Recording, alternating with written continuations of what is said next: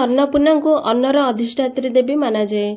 आसंतु जानिबा प्रभु शिव माँ अन्नपूर्णा को कहाँकि भिक्षा मागिबा पई जाइथिले। थरे भगवान शिव एवं माता पार्वती पशा खेल खेलुथिले। पशा खेलिबा समय रे कथा मध्ये होउथिले। माता पार्वती भगवान शिव को कहिले, प्रभु आमको कैलासरे एक रोषेयर आवश्यकता अछि। भगवान शिव टिके हसी माता पार्वती को कहिले, देवी भोजन एक प्रकार आसक्ति, प्राणी मात्र के आसक्ति को त्याग करदेबा उचित। प्रकृति हेला मोहमाया, वास्तविक जीवन रे एहार कोनोसी अस्तित्व नहीं। माता पार्वती को प्रकृति माना जाए। भगवान शिव एही कथा सुनी माता पार्वती को अपमान लागिला। यह शुणी माता पार्वती कहले, प्रकृति जो खाद्य देउछि कौन से खाद्य मध्य माया? भगवान शिव कहले हाँ। यह शुणी माता पार्वती क्रोधवर होई कहले, हे प्रभु, जदि एठी मोर किछि आवश्यकता नहीं ताहले मु एठी रही कौन करिबी?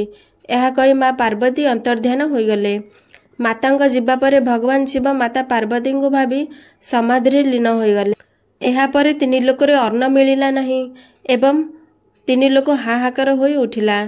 नदी, झरणा, पोखरी एसबु सुखी सबु फसल एवं अन्नर गोटी गोटी दाना केउआडे अदृश्य होईगला। समस्त प्रकार जीवजंतु भोकरे मरिबाकू लागिले।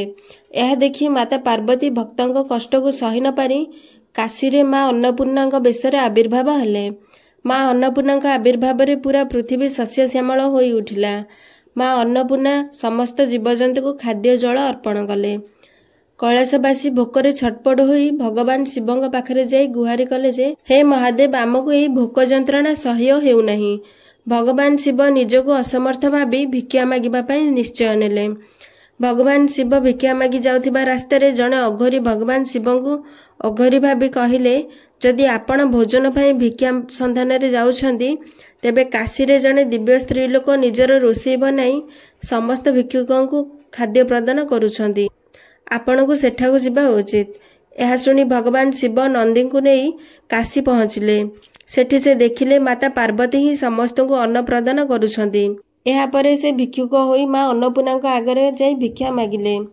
यह देखि माँ अन्नपूर्णा हसी प्रभु महादेव को अन्न मुठा देबा परे ताहाको महादेव भक्त खाई तृप्ति होइथिले। आज मध्य माता अन्नपूर्णा काशी रे स्वर्ण सिंहासन रे महारानी रूप में विराजमान होई समस्त भक्तों खाद्य समस्या दूर करती, जेपरी केही भी भोकरे न रुहंती। कहा जाए जे भगवान शिव एवं माँ अन्नपूर्णा फोटो घरर रोषेई घरे लगाइबा द्वारा घरे अन्न एवं धन वृद्धि होइथाए। खाइबारे सात्विक और पवित्रता आसीथाए। घरे सकारात्मक ऊर्जा बढ़िथाए। प्रतिदिन माँ अन्नपूर्णा स्तोत्र पढ़िबा द्वारा घरे वातावरण शुद्ध होइथाए। घरे अन्न एवं धनर केबे भी कमी होई न थाए। एहासह घरे झगड़ा होई न थाए। एहीपरि आहुरी अनेक वीडियो देखिबा पई आम चैनल को सब्सक्राइब कर दियंतु।